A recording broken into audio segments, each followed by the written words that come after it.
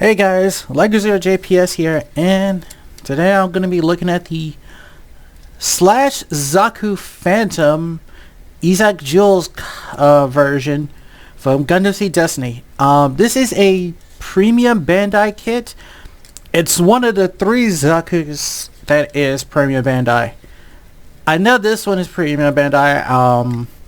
I know there's another one which is the green version, which is the standard Zaku, look like the standard Zaku, the one like the Lemuria Hawk with the one of these shields, and the other one had the spike shoulder.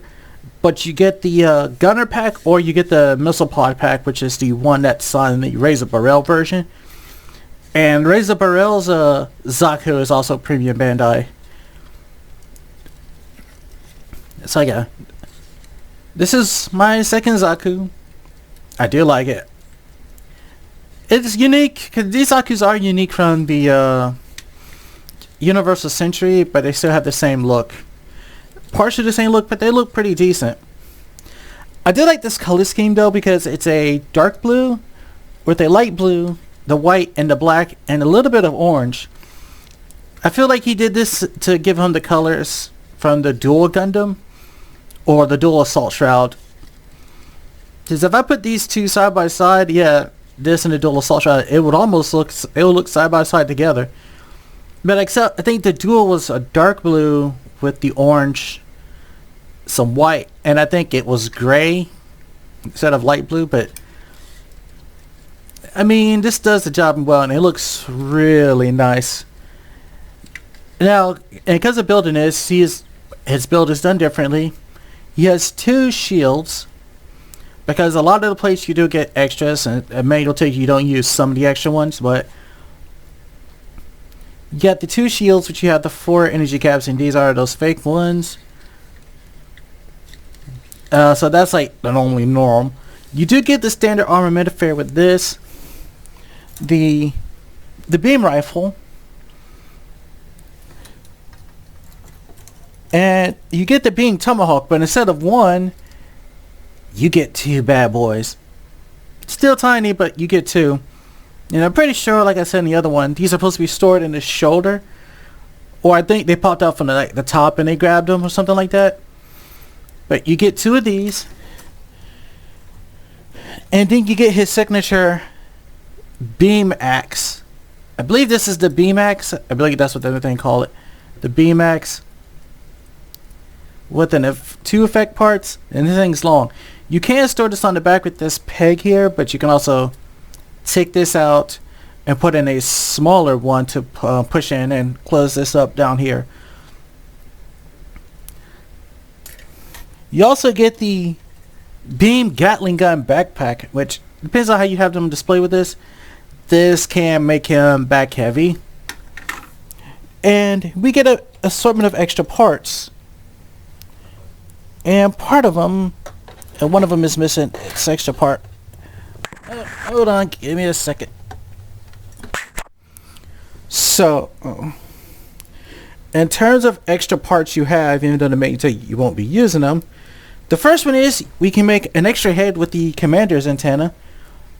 So you have that, both parts, because they're both were on a similar plate. So you can have 2 of these, but you also get one without the commander's antenna, because this is off one of the other plates, so it can look like a normal version. You get, like I said, here's a smaller part, so if you want to put this on the beam axe, take the beam parts off and then switch this out for the smaller one. You get 2 of those and 2 of the long ones. You only need 1 of the long ones though. 1 long and 1 short, really. The other 2 are just extras. And no, the beam tomahawks are not extras though. You get an extra energy clip or energy pack to put on top. Oh boy, if I had a mod, I could probably make this work with doubles up there, or just have it be like on the side. But you get 2 of these, so you can kind of simulate him switching them out. You get a beam effect part. Now, I don't know what this is for, because it's not used in this master grade. I don't know what other master grade would use this, because as far as I know, the Zakus all use this as their melee. So I don't know about this or where this would come from. But I'm going to hold on to it. Maybe somebody can tell me what master grade this goes to, but I don't know. And then we get the normal spike shield. So you can have this. And you can plug it on either shoulder. So if you want to make this look normalized, you can. So you have options with this. The fact that you can switch around, you can use these two to make it look like a normal Zaku instead of this commander type. You have options, which is really nice.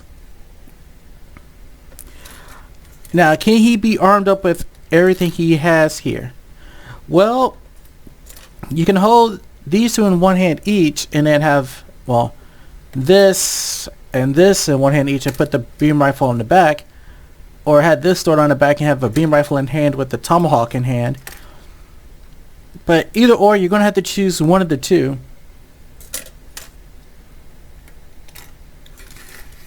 Pulsability is still the same like the normal Zaku. So it doesn't change because it's literally the same build. The only difference is different colors, a different headpiece for the commander antenna, and just another one of these shoulder parts. But entirely all the plates for building this are the same. But that's enough about that. We hear about the backpack. If you're curious, the mono eye you can turn. You just have to... I didn't mean to take off his head. But if you pop the head off, pop off the helmet, and this is hard to do. I wish there was an easier way I could do this. Pop off the head.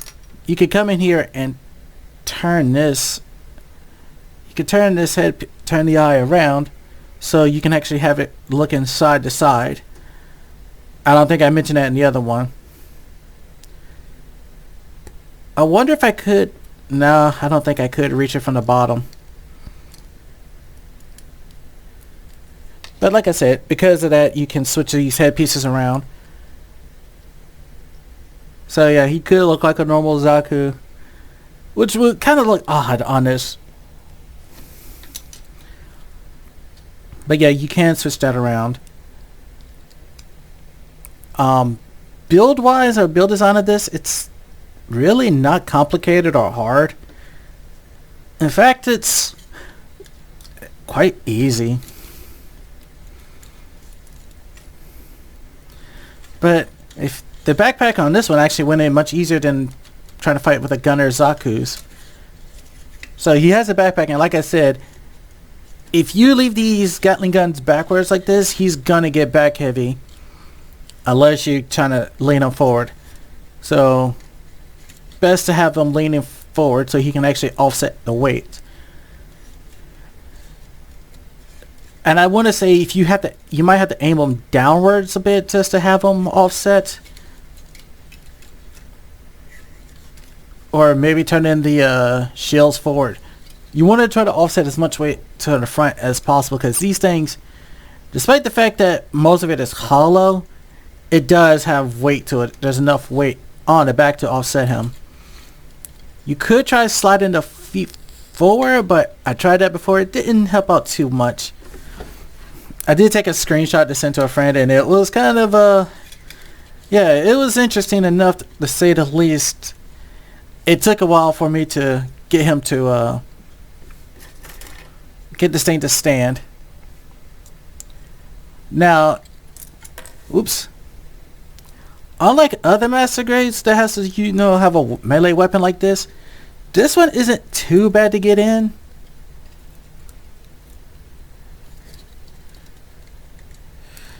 At least from my experience, though, because I say this when I pop off the hands, but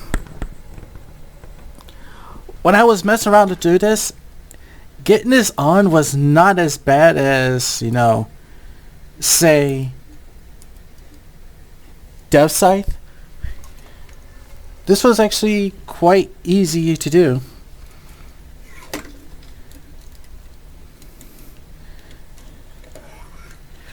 I mean, it holds in there, but sometimes you gotta be like, is it really holding in there?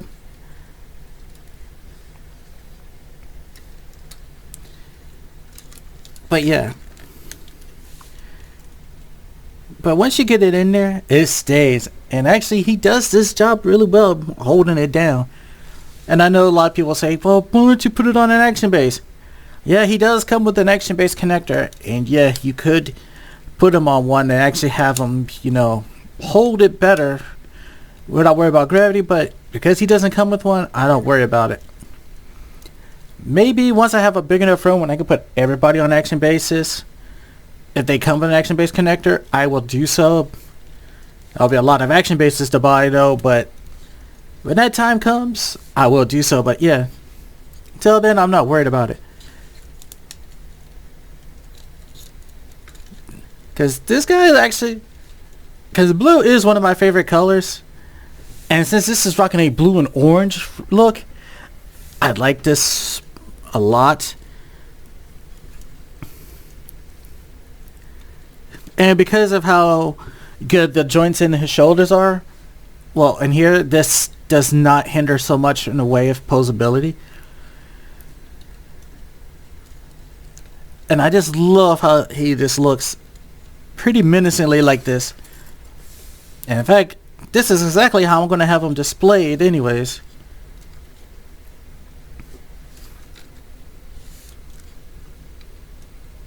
And yeah, it's kind of hard because I'm off shifting his legs a little bit.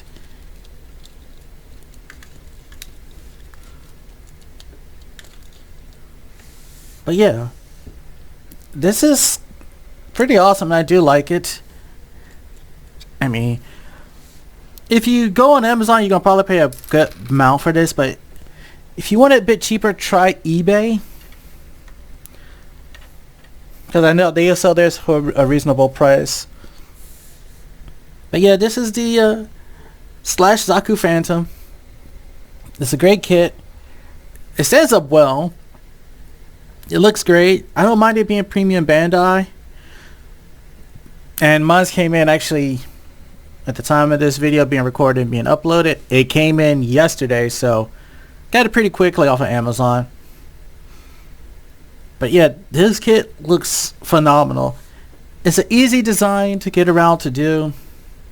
Like I said, if you're just doing a snippet off the box, you know, build it up together like that, you can do this in in about 6 hours. Not even 6 hours. Depends on how fast you go, but with me, because I do snip close to the edges to get rid of nub marks and everything, yeah, that's went by pretty quickly. So yeah, this is like I said, JPS. It's probably gonna be a while before I do another one, so hope you guys like this, and I'll see you guys later whenever another massacre crosses my path, or RE100.